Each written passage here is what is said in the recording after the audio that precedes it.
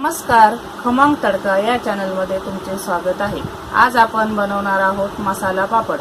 त्यासाठी लागणारे साहित्य: उडीद डाळीचे पापड तळून घेतलेत, 1 वाटी टमाटा, कोथिंबीर, कांदा, शेव, चाट मसाला, लाल तिखट व मीठ। मसाला पापड तयार करून घेऊ।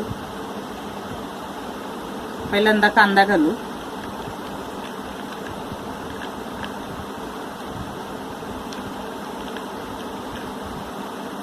टमाटा,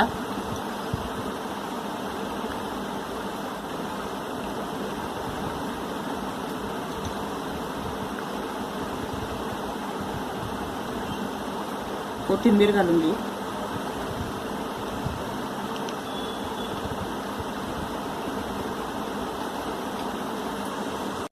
थोडे मीठ घालून घेऊ,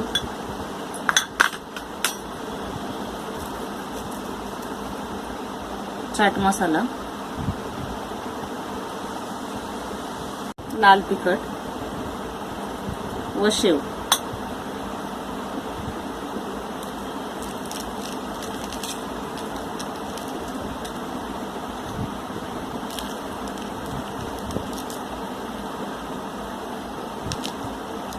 आपले मसाला पापड तयार झाले आहे।